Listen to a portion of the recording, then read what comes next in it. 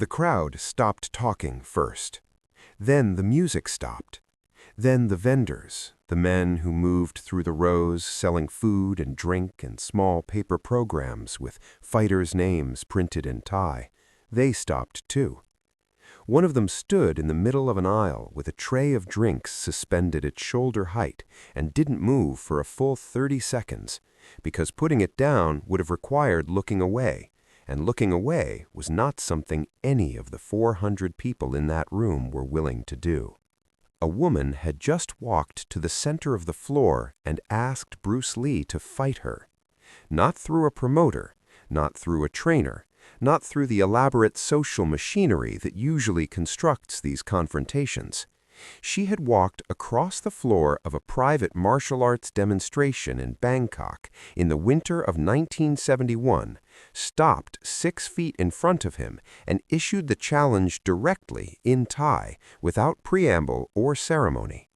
400 people held their collective breath, and Bruce Lee looked at her for a long time before he said anything at all. Her name was Muay Thai. If that name is unfamiliar to you, you are not alone. The combat sports world of 1971 did not document female fighters with the same systematic attention it gave to men. Records were incomplete, accounts fragmented, careers defined more by the word-of-mouth networks of regional training camps and fighting circuits than by the official record-keeping that boxing and wrestling organizations maintained for their male practitioners. But in Thailand, in the specific, deeply knowledgeable community of Muay Thai and the emerging kickboxing circuits that ran through Bangkok, Chiang Mai, and the provincial towns of the north, Muay Thai was known. She was 22 years old. She had been training since she was 8, first in the traditional forms that her father, a former Muay Thai practitioner from Chiang Mai, had taught her in the family compound, and then, at 15, under a formal trainer named Kru Wee Chai, who had recognized in her something he hadn't seen often and wasn't entirely sure what to do with. A female student whose natural speed and spatial intelligence exceeded those of every male student he had trained in 20 years. She was 5 feet 4 inches tall. She weighed 120 pounds. She had competed in 14 recorded bouts across the informal female fighting circuits of Thailand and northern Malaysia. She had won all 14.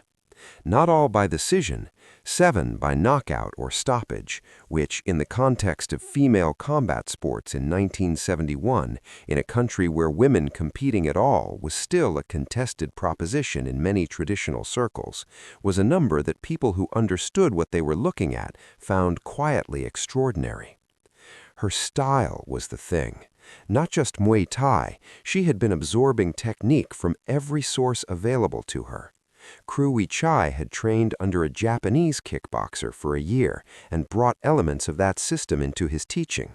Muay had studied those elements and incorporated them with an instinctive fluency that her trainer described as the closest thing to natural genius for fighting he had witnessed. She was fast, exceptionally fast, in a way that her size both explained and failed to fully account for. Her kicks were technically precise to a degree that Kru Wee Chai attributed to the thousands of hours of solo drilling she conducted beyond formal training sessions. She was also, and this is the part that defined her as a person as much as a fighter, absolutely unwilling to accept the proposition that her gender placed a ceiling on what she could learn or who she could learn it from. In 1971, this was not a mild position.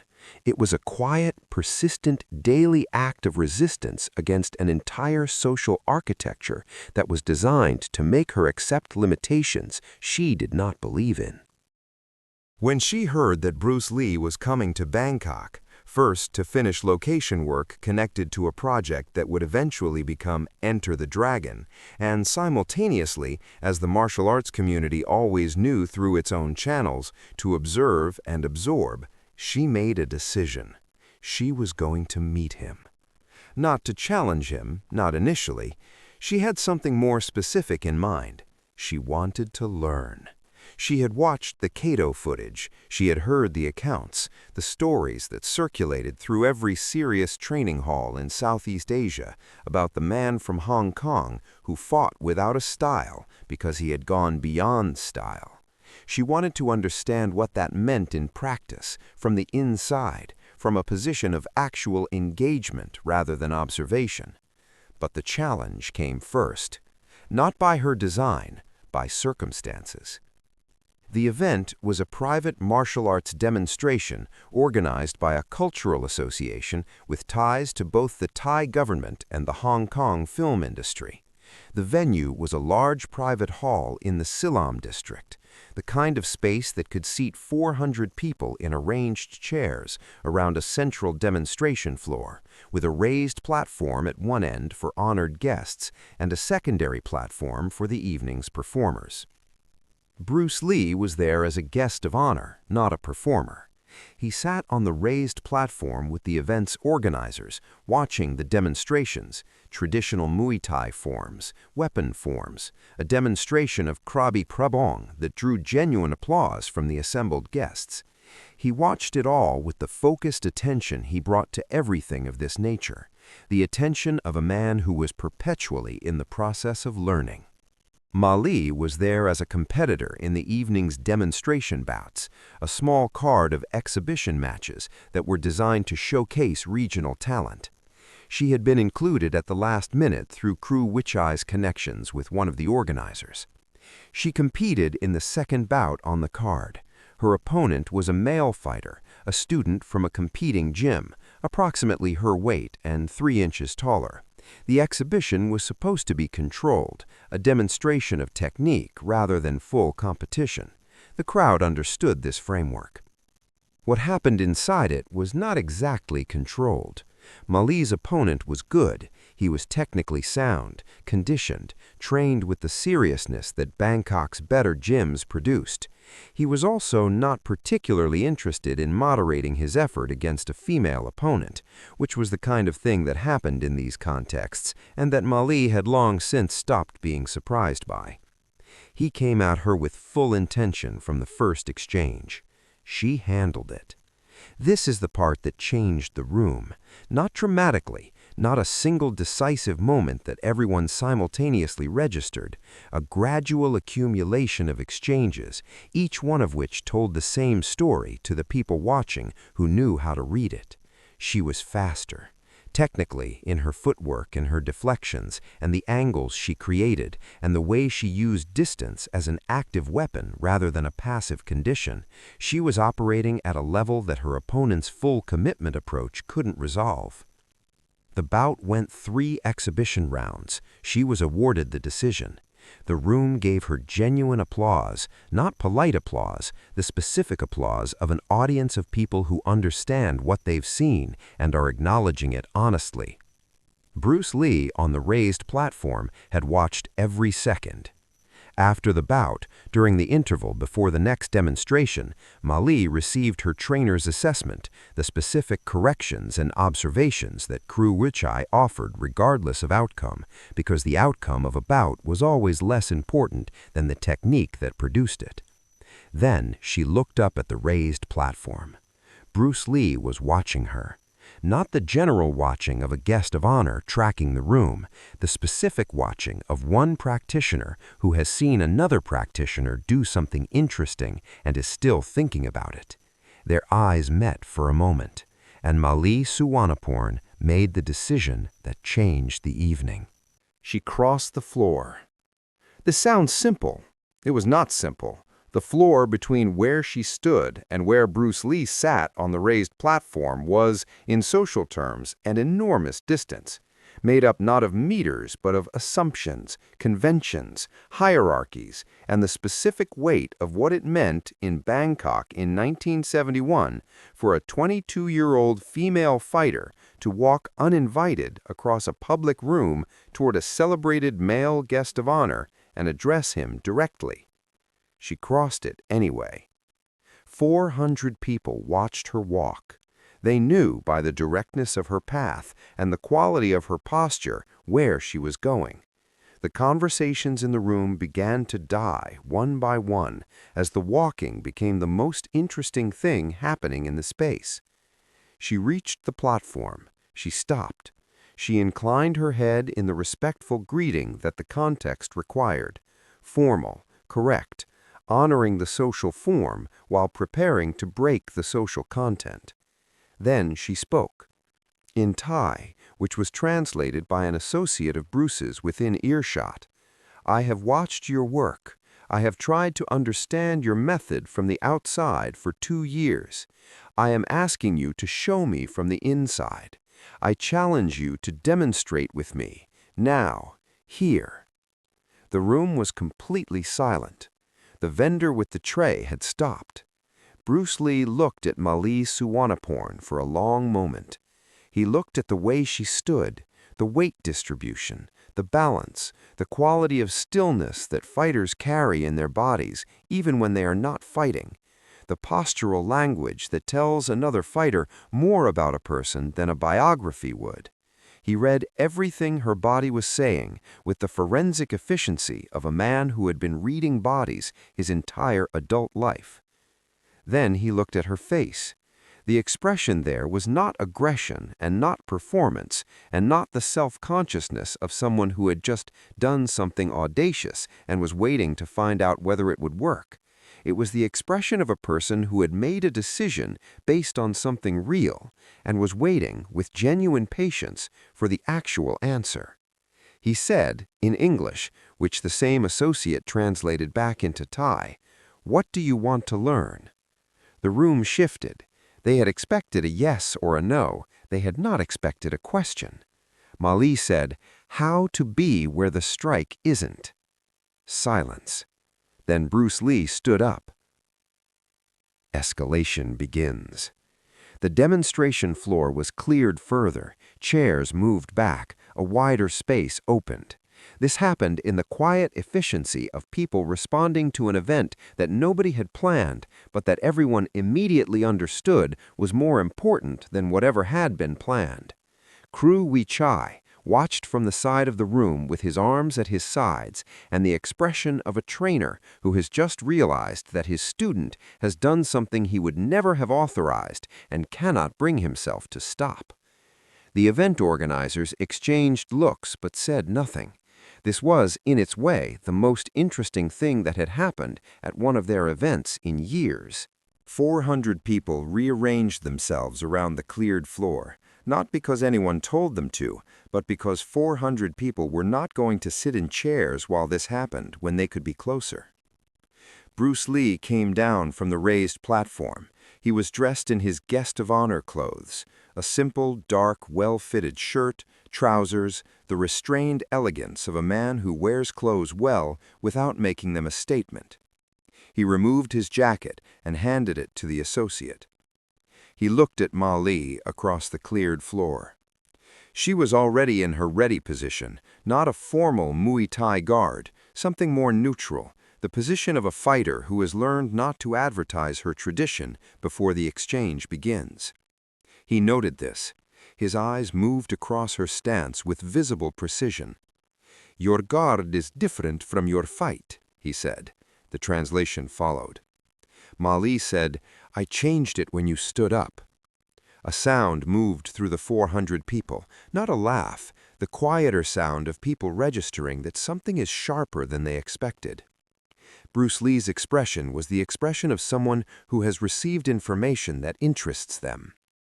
He settled into his own position, not Jeet Kune Do's formal ready stance, something looser, more exploratory, the posture of a man who is beginning a conversation rather than starting a fight.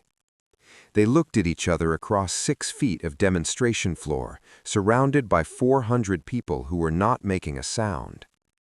The stillness before the exchange lasted approximately 5 seconds. In those 5 seconds, every person in that room understood, at whatever level of technical sophistication they brought to the understanding, that something was about to happen that this hall was not built for, and that none of them had paid to see, and that they were going to remember for the rest of their lives. The 5 seconds ended. Mali moved first. She moved like water finding a crack. Not the explosive forward commitment of a fighter opening an attack, something more considered, a probing lateral step, her weight shifting to create an angle, her lead hand rising to the measuring position that Kru Wichai had spent 3 years refining in her. Testing, not attacking, the move of someone who wants to see how the space responds before she commits to filling it. Bruce Lee didn't move. He received her approach with complete stillness, the stillness that wasn't absence, but presence, the compressed spring quality that the people who knew him had learned to recognize as the most dangerous state he occupied. He let her close half the distance. He let the angle develop. He watched her weight distribution with eyes that were doing the same work hers were doing, reading, cataloging, building the map. Then his weight shifted. 1 inch, barely visible, a redistribution so subtle that half the room missed it entirely. But Malie felt it. She felt the way the space between them changed when he moved, a change not in distance but in geometry, a change that meant the angle she was building was no longer the angle she had been building a half second ago. She stopped, recalibrated. The room exhaled without meaning to. Kru Wichai, watching from the wall, uncrossed his arms. His student had just done something correct, had read a shift and stopped rather than committed to a compromised position, and the correctness of it was visible to him in the way Bruce Lee's response changed, infinitesimally. The quality of his stillness shifted from receptive to something that contained at its edges the very beginning of respect. Malie changed her angle entirely. She came from the other side now, not a dramatic circling, a small lateral repositioning, her footwork creating a new geometry. She was testing the perimeter of him, mapping the space he occupied and the space he would occupy, and the relationship between those two things. She was, in the language of what she had said she wanted to learn, looking for where the strike wasn't. She found an answer she didn't expect. The strike wasn't anywhere fixed. She threw the first genuine technique, a left jab, controlled, not her full commitment, a question asked at speed. Her jab was fast, genuinely, measurably fast, faster than anything her 14 previous opponents had encountered, fast enough that Kru Wichai had made it the foundation of her entire fighting strategy. It didn't arrive. Not because Bruce blocked it, not because he slipped it with a dramatic evasion. He simply wasn't in the position the jab was traveling to. His body had moved. She couldn't have told you when. She couldn't have identified the moment of departure. And the jab completed its extension into space that contained no target.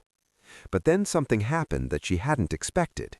His left hand was there, not blocking, not striking, present, at her wrist. A touch so light it barely registered as pressure, just a point of information, fingers that knew exactly where her hand was and were communicating that knowledge back to her without force or aggression. A touch, a half second, then it was gone.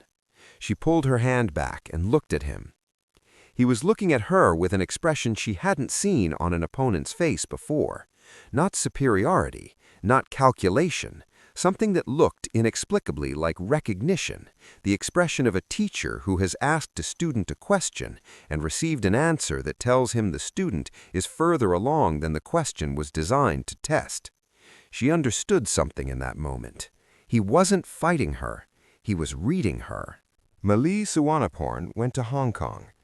The records of what happened there are characteristically incomplete. The address on the paper led to a training facility where Bruce Lee worked privately during his time in the city. Whether she trained there once or multiple times, whether it was a single session or a correspondence conducted across the following year of Bruce's increasingly busy schedule, these details were never documented with the precision that history requires. What is documented in Kru Wichai's own notes, preserved by a student of his who later became a trainer of some note himself and understood the value of what he had inherited, is the change in Malie's fighting after Bangkok. Not in her speed was already exceptional and remained exceptional. Not in her power, not in the technical foundations that Kru Wichai had built across 14 years of instruction. In her geometry. That was Kru Wichai word, used repeatedly in the notes in the years after Bangkok. Her geometry changed, the angles she created, the relationship between her position and her opponent's position, and the space between them. The way she managed that space as an active element of the fight rather than a neutral condition of it. She fought 6 more recorded bouts after Bangkok. She won all 6. 4 of them were stopped by the referee when her opponents, all male, all from credible competitive backgrounds, reached a point where continuing was no longer viable. She retired from competition in 1974. She began teaching.